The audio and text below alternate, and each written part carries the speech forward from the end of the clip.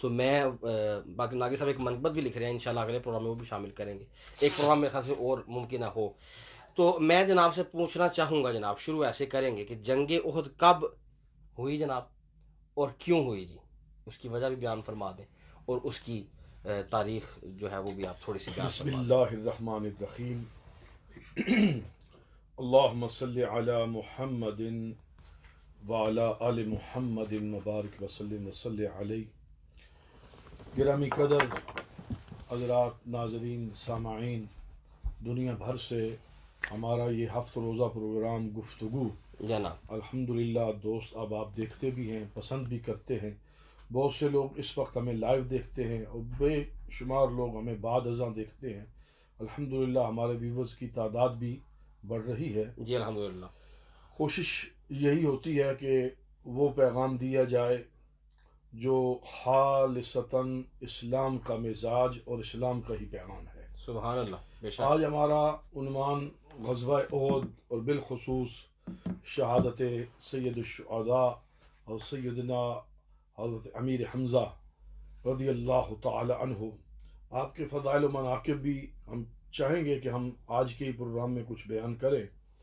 اگر وقت نے ساتھ نہ دیا تو انشاءاللہ اگلا پروگرام ضرور ہم مکمل حضرت سید الشہداء پر آ جائیں گے انشاءاللہ. لیکن حضرت جناب سیدنا امیر حمزہ رضی اللہ تعالی عنہ پر جب بات کریں گے تو چونکہ آپ کا یوم شہادت ہے، آپ کا عرس شریف ہے، اور یہ وہ عرس ہے حضرت سیدنا امیر حمزہ رضی اللہ تعالی عنہ کا کہ حضور نبی کریم صلی اللہ علیہ وسلم پورے تسلسل کے ساتھ آپ ہر سال شوال المکرم کے اس مہینے میں سرکار احد شریف میں خصوصاً تشریف لے جاتے اللہ اور اکبر. پوری جمعیت کے ساتھ تشریف لے جاتے اور صحابہ بھی آپ کے ہمراہ ہوتے. اچھا. واہ سرکار واہ. علیہ الصلوۃ والسلام جہاں فاتحہ خوانی ہوتی وہاں سرکار ان کے فضائل و مناقب بھی بیان فرماتے. اچھا. سبحان یعنی اللہ. کہ وہ جو عرس کی ایک پوری شکل ہے وہ ہر سال الحمدللہ اس پر منعقد ہوتی. ٹھیک. اور نہ صرف یہ بلکہ خواتین اسلام، جناب. مخدرات اسلام، حضرت سیدہ فاطمہ زہرا پاک خود تشریف لے جایا کرتی. اللہ اکبر. اس کے آثار اور اس کی روایات ہمارے پاس ٹیکسٹ جو اسلام کا ہے اس کے اندر ہمیں ملتی ہیں. یہ آپ کی چونکہ شہادت غزوہ احد میں ہوئی ہے، غزوہ احد اسلام کا یہ دوسرا غزوہ ہے. اس سے پہلے بدر رونما ہوا ہے. ٹھیک. بدر میں اور احد کے درمیان تقریباً 1 سال کا ہی فرق ہے. ٹھیک ہے. یعنی بدر رونما ہوا ہے 17 رمضان المبارک کو، اور غزوہ احد جو ہوا ہے 11 شوال المکرم کو، تو وہ 1 مہینہ ہی تقریباً بن جاتا ہے. اچھا، مہینے کا فرق فرما رہے. نہیں اگلے سال کا شوال، ایک سال اور تقریباً کچھ دن. ٹھیک ہے. آپ کیسے دوسرا غزوہ ہے، اور یہ انتہائی خوفناک قسم کا غزوہ ہے. ٹھیک. اس غزوے کو ہم کہیں، اس کی تاریخ جب ہم لکھتے پڑھتے ہیں سنتے ہیں تو دل لرز اٹھتا ہے. ٹھیک. اس لیے کہ اس غزوے کے اندر حضور سید عالم صلی اللہ علیہ وسلم کے پیارے چچا حضرت سید الشہداء سیدنا امیر حمزہ رضی اللہ تعالیٰ عنہ کو انتہائی سفاکانہ اور انتہائی ظالمانہ انداز میں شہید کیا گیا. اللہ اکبر. اور اس غزوے کے نتیجے میں ہی 70 کے قریب صحابہ کبار رضوان اللہ تعالی مجمعین نے اپنی جانوں کا نذرانہ پیش کر دیا. اللہ اکبر. ٹھیک. اور اسی غزوے کے اندر حضور نبی کریم علیہ الصلوۃ والسلام کے چہرہ پر نور کو لولوہان کیا گیا. ٹھیک. اسی غزوے کے اندر سرکار علیہ الصلوۃ والسلام کے دندان مبارک زخمی ہوئے. ٹھیک. اور یہ غزوہ جو ہے اصلاً ایک انتقامی کارروائی ہے. ٹھیک ہے. بدر کا انتقام ہے. ٹھیک ہے. تاریخ اسلام کا ہر طالب علم جانتا ہے کہ بدر کے اندر مشرکین کے بڑے بڑے سردار، وہ بڑے بڑے سورمے، بڑے بڑے بت گر گئے. ٹھیک. ابو جہل جیسا شخص اس کے اندر زیر ہوا اور قتل ہوا. ٹھیک ہے. بڑے بڑے نام عتبہ اور شیبہ جیسے لوگ، یہ سب اس میں تیغ ہوئے بدر میں اور واصل جہنم ہوئے. ٹھیک. اور جب بدر ختم ہوا تو وہ لٹے پٹے، اور ان کے 70 سے زیادہ لوگ قید بھی ہو گئے، اور 70 کے قریب لوگ ان کے مارے بھی گئے. اور جب وہ لٹے پٹے واپس پہنچے جناب تو پھر مکہ مکرمہ میں جا کر انہوں نے ایک ماتم کا طوفان کھڑا کیا. ٹھیک. جس میں غصہ تھا، غضب تھا، اور خوف تھا، دہشت تھی.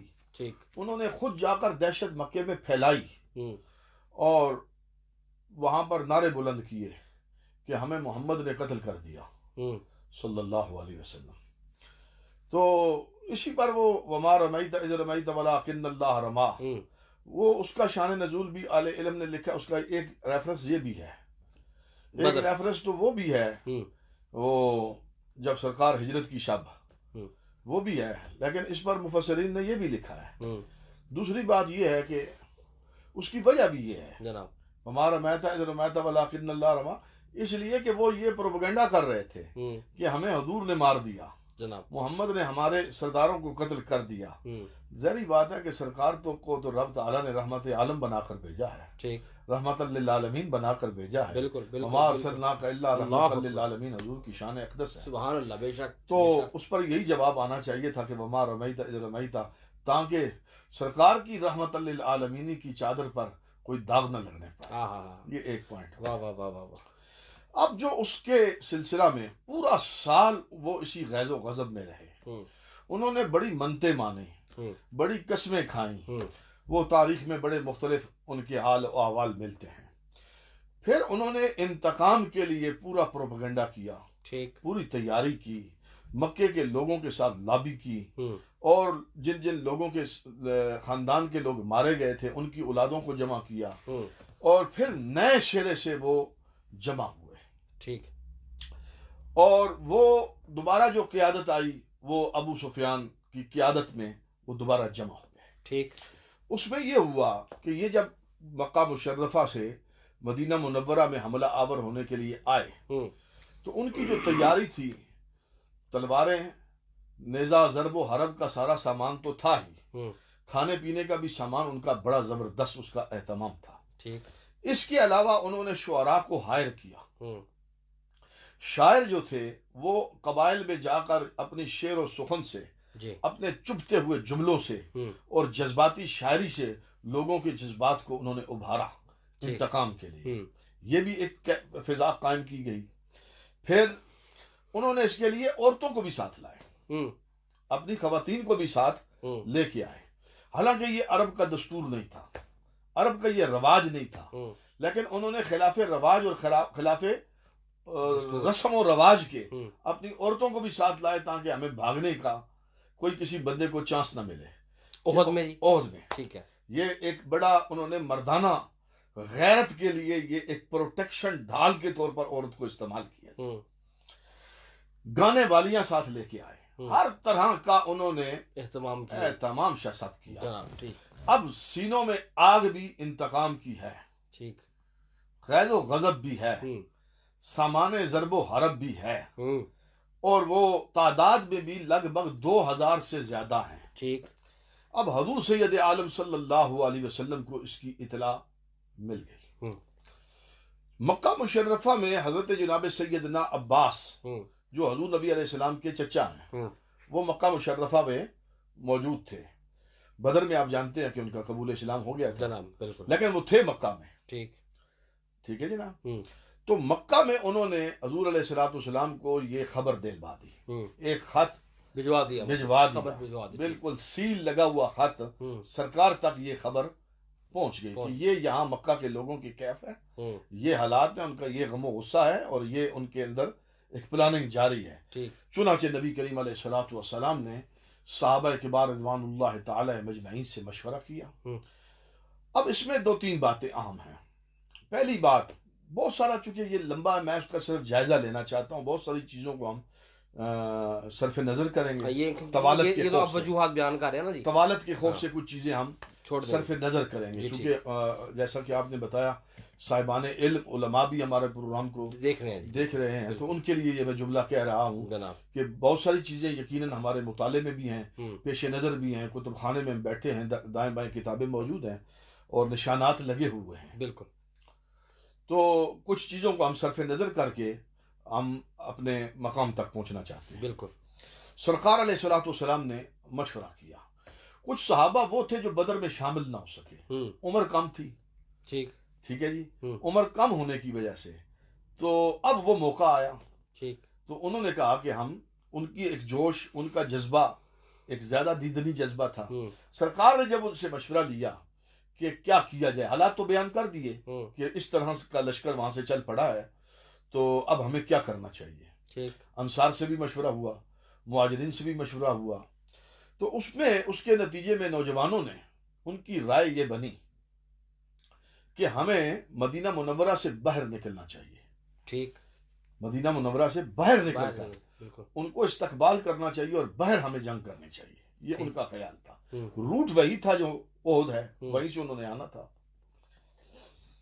اچھا، سرکار علیہ الصلوۃ والسلام کی اپنی مرضی اور خواہش یہ تھی کہ ہمیں مدینہ منورہ میں رہنا چاہیے. اچھا ٹھیک. یہاں رہیں گے، یہاں مورچے بنیں گے. ہوں، جب وہ حملہ آور ہو کر مدینے میں داخل ہوں گے تو مدینہ منورہ کی گلیوں میں، ان گلیوں سے وہ واقف بھی نہیں ہیں، ہوں. ٹھیک ہے، ٹھیک. تو یہاں ہم ان کے ساتھ مقابلہ بھی کریں گے. ٹھیک. ہماری عورتیں، بوڑھے، بچے جو ہیں وہ بھی چھتوں پہ چڑھ جائیں گے، وہ وہ بھی بھی شامل ان ہو کو وہاں سے ٹارگٹ کریں وہ گے، بھی شامل ہو جائیں گے. شامل ہو ہاں، جائیں گے. ٹھیک. یہ ایک بڑی زبردست ہاں، بالکل. پلاننگ تھی. ہوں، لیکن جب مشورہ لیا گیا حضور علیہ السلام نے، تو اس موقع پر ان صحابہ کی یہ دلیری کا ایک یہ پہلو ہے، ہوں، ان کی جاں فروشی کا یہ ایک پہلو ہے، ہوں.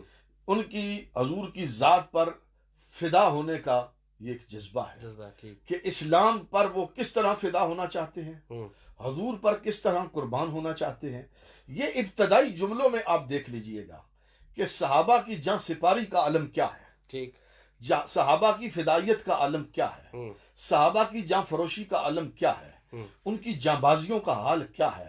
کہ پہلے مشورے میں ہی میں یہ کہنا چاہوں گا، آج کی اس موجودہ فضا کے اندر، ہوں. یعنی یہ جو دن گزر رہے ہیں، ایک فضا بنی ہے بالخصوص پاکستان کی میڈیا میں، ہوں. بالخصوص سوشل میڈیا میں اور علمی حلقوں میں، ہر طرح کے مکاتب فکر میں، طالب علم سے لے کر ایک عالم تک ہوں. وہ اس پر کلام کر رہا ہے. بالکل.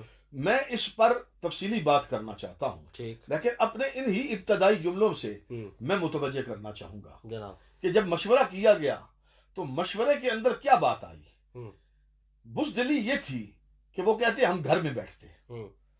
جنگ سے جی چراتے، لڑنے سے بھاگتے. ہوں. انہوں نے کہا کہ ہم تو باہر نکلیں گے، ہاں ہاں ہاں، واہ واہ واہ.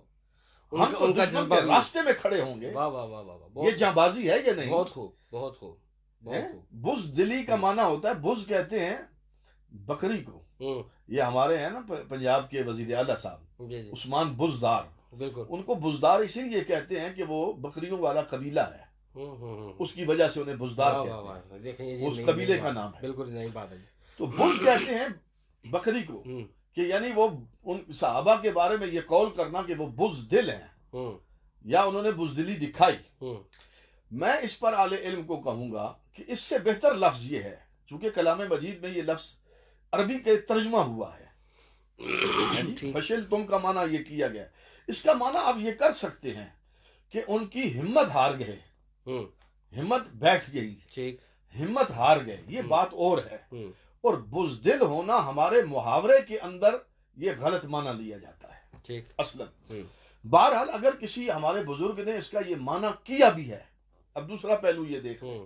اگر کسی بزرگ نے یہ معنی کیا بھی ہے. کیا بھی ہے تو اس بزرگ کا مقصود صحابہ کی توہین نہیں ہے. بالکل ٹھیک، بالکل ٹھیک. یہ پہلو بھی ذہن میں بالکل رہے. ٹھیک. اگر کسی نے اس کو لفظ نہیں ملا ہوں. یا مستحضر نہیں ہوا، ہوں. سامنے نہیں آیا، یہی لفظ انہوں نے مناسب سمجھا، ٹھیک ہے جی، ہوں. تو تب بھی ان کا مقصود وہ توہین نہیں. توہین نہیں ہے. یہ ہم اپنے بزرگوں کی بات کر رہے جی، ہیں ٹھیک ٹھیک. جن لوگوں نے اہل سنہ میں سے کسی نے ترجمہ کر کے یہ اگر لفظ کیا ہے کیا ہے تو تو. جی. لیکن سب سے بہترین اس کا معنی ہوں.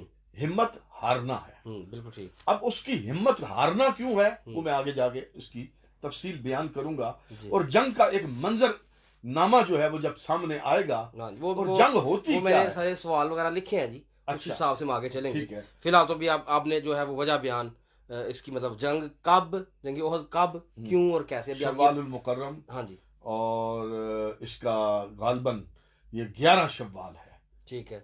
تیسری ہجری ہے، تیسری ہجری ہے. ٹھیک. احد کا میدان ہے ٹھیک ہے جی. جو مدینہ منورہ سے لگ بھگ 2.5 اور 3 کلومیٹر کا یہ تقریباً فاصلہ ہے. ٹھیک ہے. ٹھیک ہے جی. یہ جنگ احد مطلب کہاں ہوئی ہے آپ نے بیان فرما دیا، اور کب ہوئی یہ بھی بیان فرما دیا، وجہ بیان تقریباً آپ نے فرما، انتقام بدر کا انتقام انتقام ہے. اچھا جی، یہ پہلو